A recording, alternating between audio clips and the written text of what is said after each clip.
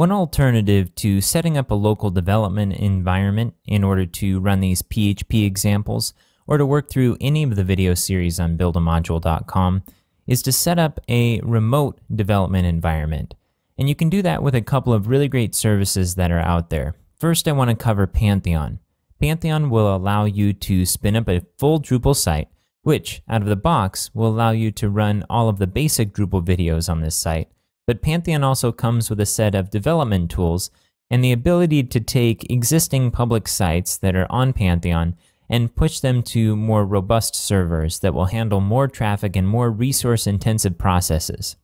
In this video, we're going to step through the process of creating a Pantheon account, and then we're going to set up a default Drupal 7 site for the purpose of running some PHP code from a previous example where we set up a contact form and then process that form in order to send an email.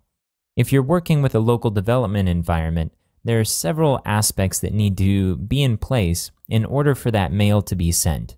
So for our immediate purposes, we can use this new site in order to test that code. But in the future, we can use this same account in order to spin up Drupal sites to use for our own projects or for clients. It's also important to note that this interface here may have changed a bit since this video was recorded, but you can get to this site by going to www.getpantheon.com. Let's go ahead and get started by clicking the Create Free Account button on the home page. Now let's go ahead and fill out this form. I'm going to fast forward through this part. Okay, once we have everything filled out here, go ahead and click Continue. Once we submit the form, it will forward us to the Your Sites and Account page, which you can always get to by clicking the Your Sites and Account in the header here. This area here will show our sites, but right now it says email verification required. So we'll need to check our email and then jump back to this site from that email. So if we go check our email, we should get an email that looks something like this, and it has a link to our dashboard with the verification. Once we're all verified, it says your Pantheon account is ready and we can create a new site now. I'm going to go ahead and click that.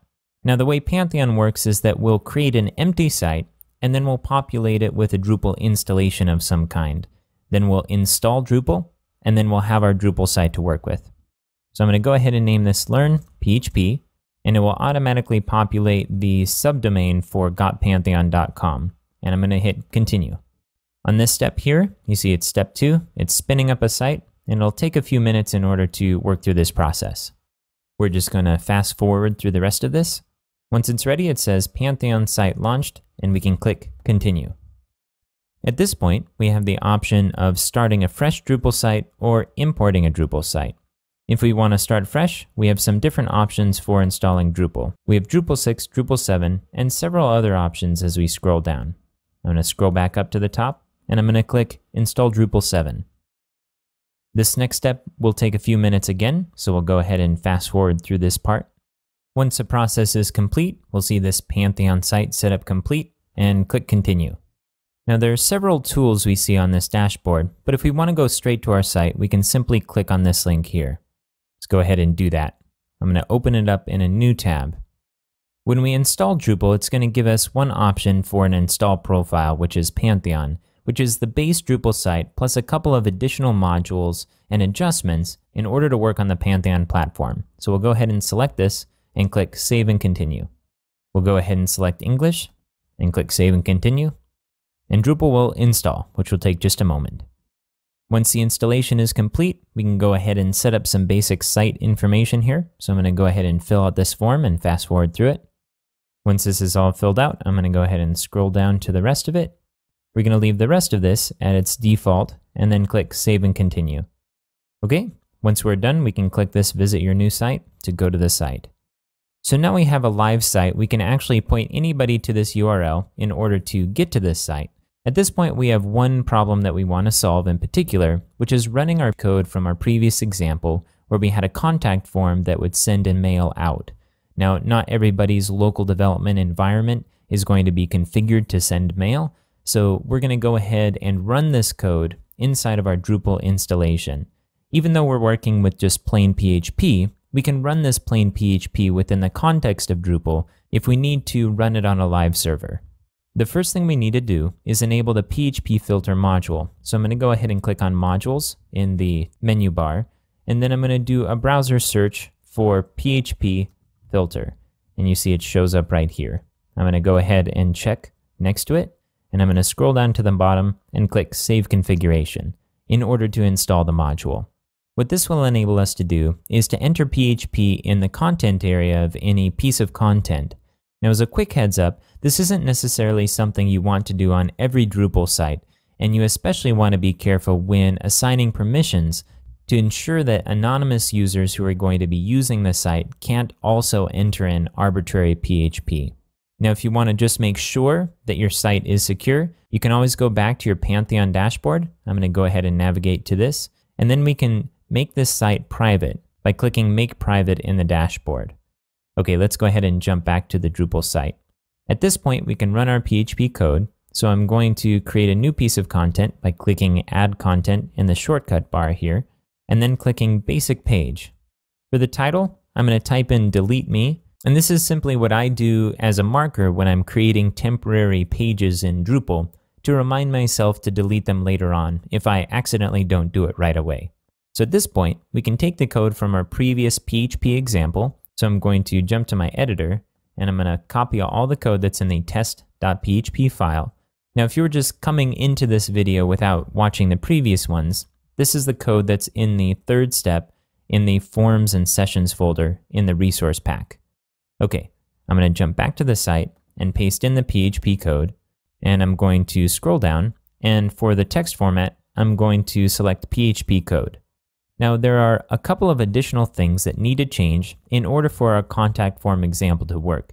I'm going to scroll back up to the code, and let's take a look at this contact form. So in the opening form tag, we have the action, which specifies where this form gets posted to. Right now it's set to test.php, which is what we were using in our local development environment. But this page is going to have a different URL. The second item we may need to change is the email address that this is being sent to. But let's go ahead and save this first to determine what the URL is going to be. So I'm going to scroll down to the bottom, and I'm going to click Save. So you see we have our 3 HTML-based forms here, just like we did in our previous example on our local site, but the URL is node/1. So what we want to do is copy this, including the initial slash, in order to make the path absolute. And let's go ahead and replace the action attribute in the form with node/1. I'm going to go ahead and click Edit. And in the body here, I'm going to go ahead and scroll down to the contact form. And let's change the action here. I'm going to highlight test.php and paste in /node/1. I'm also going to scroll up in order to replace the email address. So this is the case of contact in our switch statement. So this is the code that will get processed when we submit the form, and we want to change the email address to something that will work.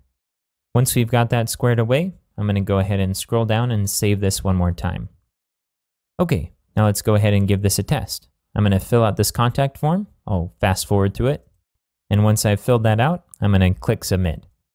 Now we see this code up above that's from our var dump that's in our PHP example. And if we jump to our email client and we take a look, we see that we have an email. The subject is contact from site, and then the content is exactly what we would expect from our contact form. So everything is working great. I'm going to go ahead and jump back to the Pantheon site.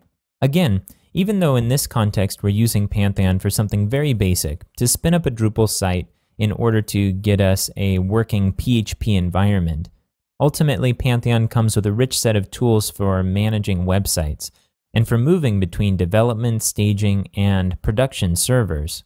They also have a pretty stable hosting environment, which is great, and it's very Drupal optimized.